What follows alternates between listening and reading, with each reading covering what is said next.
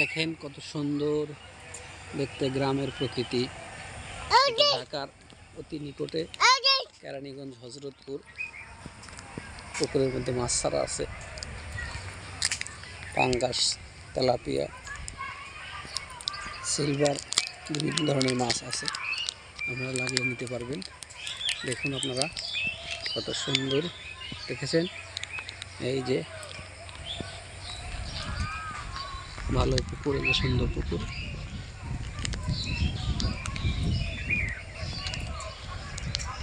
এই যে দেখেন, এই যে আমার আব্বারে দেখেন, আপনারা আমার আব্বাকে দেখেন। এই যে আমার আব্বা আছে আবার।